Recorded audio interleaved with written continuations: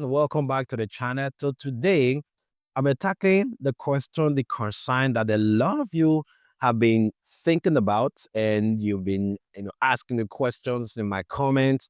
And that question is it even worth it applying for Canada this time around? Is the Canadian study dream over? Should I think about other countries instead, Europe, the US, or should I even try China or Japan? So these are the questions I believe a lot of you have been thinking about. Now, in Canada, in different provinces, we've seen a lot of changes to the international student policies, from this cap in the study permits to postgraduate work permit eligibility. It feels like the ground beneath our feet has shifted. Now, you may have seen all of the changes in social media, in different blog posts and different videos. Let's be honest, Canada has always been difficult. It has just become more difficult. Now, many of you have, you've applied first time, second time, even third time, and the application has been refused. And you're thinking about, should I even give up? Should I think about applying again? I know this can be very devastating. I get it. Now, for 2025, the target for Canada study permit approval is only 437,000. That is a reduction from 2024. Now, the national approval rate for study permit has plummeted to roughly 45% back in 2024. There's been a lot of, a decrease in the overall reduction. With postgraduate work permit eligibility, that has changed, right? You need to be doing some study programs now to be eligible for postgraduate work permit. Back in those days, where automatically when you graduate from a public college, you're eligible, that is largely gone. How about spousal open work permit? You need to be doing some study programs now to be eligible for your spouse to come through the spousal open work permit. I believe this adds another layer of complexity.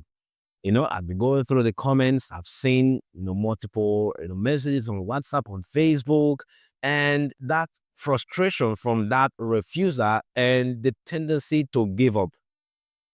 I know it feels like that dream is being pulled away, especially when you put all your hopes and aspiration on this process.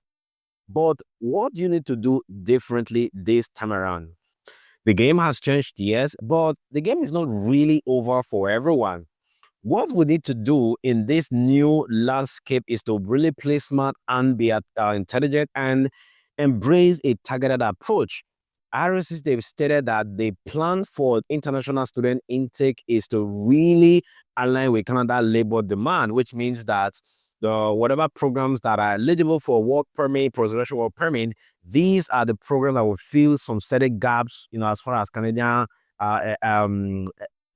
economy is concerned. For example, healthcare, STEM, skilled trade, all of this area where Canada continue to face shortages. And you must also think about how does align back home, because if it's not in demand back home, it's going to be difficult for you to even convince the visa officer about the choice of program. I would say focus a lot on a lot of universities and colleges with a lot of strong reputation in terms of employment and being, offering programs in in-demand sector. As far as private colleges are concerned, as much as possible, I always advocate avoid them. If you still want to go give it a try, that is, you can try that.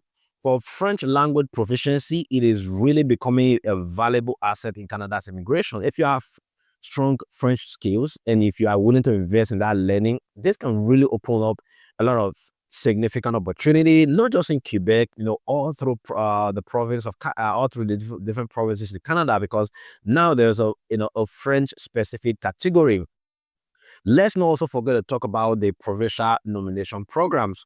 Why some of the streams have seen changes, the provincial nomination programs, still remains one of the best pathways that is tailored to specific labor needs for each of the province. I would say research all of the PMP streams in a lot of the provinces, especially Alberta, Saskatchewan, Manitoba, the Rural Pilot Program, the Atlantic Immigration Pilot Program.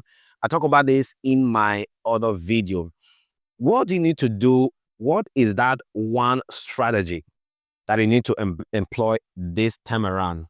I would say make your application really shine, because it's more competitive. A very strong application now is paramount, because you're competing with a large number of persons and with a lesser slots for the total number of study permits, right? What do you need to do?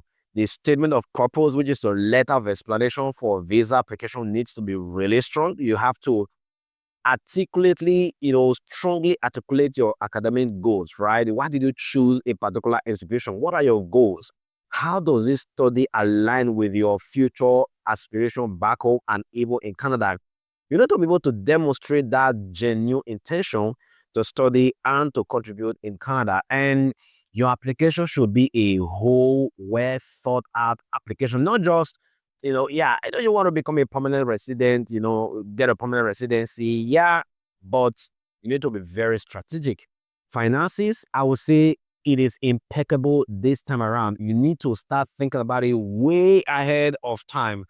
Don't think about your proof of finances like 6 months before, not like a week or a month before your actual application.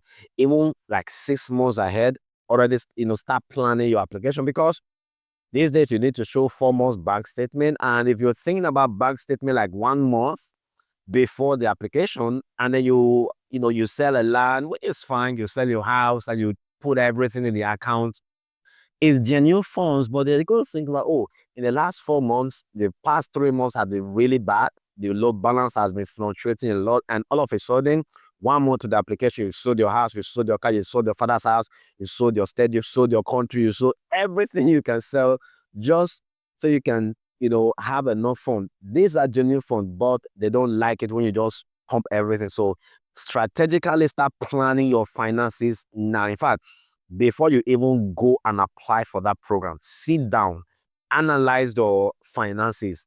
Am I ready? Analyze your choice of program now. Don't just apply because this is the only course that is available now. You're just going to run into a big problem because by the time you get to that visa application phase, you're not thinking about all of a sudden, how am I going to justify to the visa officer about the choice of program? If you do that, it's going to be a problem. Your Canadian story can still be written. Now, the study process as far as Canada is concerned has evolved, right? Some of the things I've talked about in my previous video, like 2 or 3 years ago, may not even be 100% applicable now. That's why you need to watch more newer videos. So you have to plan, you have to be more resilient, and you need a very strategic approach this time around. So it's not entirely closed. Canada still value international students who come here with that genuine intention to learn, to contribute, and to really build a future. No doubt, Canada still offers that world-class education. The community is still multicultural. The opportunities for growth are massive. These fundamental aspects.